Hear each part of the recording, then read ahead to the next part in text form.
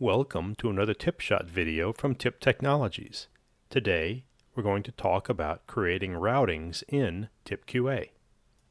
In any manufacturing environment, during the assembly of a product, a series of steps consisting of assembly operations to perform and periodic in-process inspections must be followed in the correct order to optimize the product for the highest level of quality with the lowest production cost. This list of operations to be followed is defined as a production routing, or more commonly, just a routing. Routings can be created in TipQA by organizing a series of operation codes. Let's take a look and see how that's done. In most cases, opcodes and routings are created in your ERP system.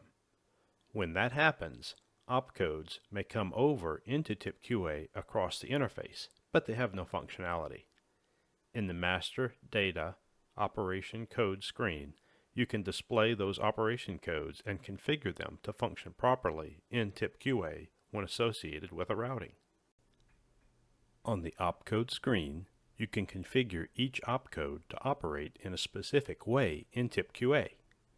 You can identify the type of operation this is, whether it be in-process inspection, a simple inspection in our SN Test and Inspection module, or no inspection at all, but just a standard manufacturing process. You can warn if there are open NCs on serialized items, allow or disallow processing with open NCs.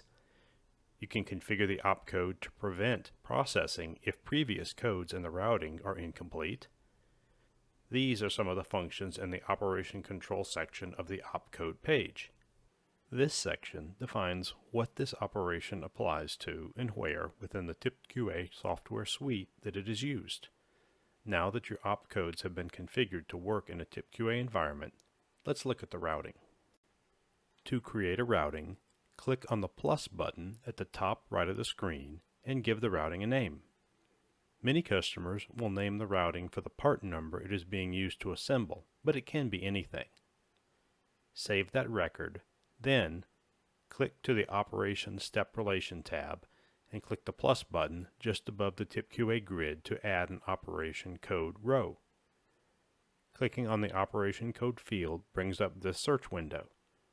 Select the appropriate operation code and click OK. You can enter a step order description by typing in that box. Then, save by clicking on the checkmark box. This is how you add an opcode step to the routing you just created. Repeat the process to add additional steps. We recommend counting steps by tens or hundreds as I've done here, just in case you need to add additional steps in between so you don't have to renumber the steps you've already added. This routing, regardless of whether you've created it in TipQA or it came across the interface from the ERP, now has full functionality within TipQA. Since it's an electronic document, it can never be misplaced like a paper routing could.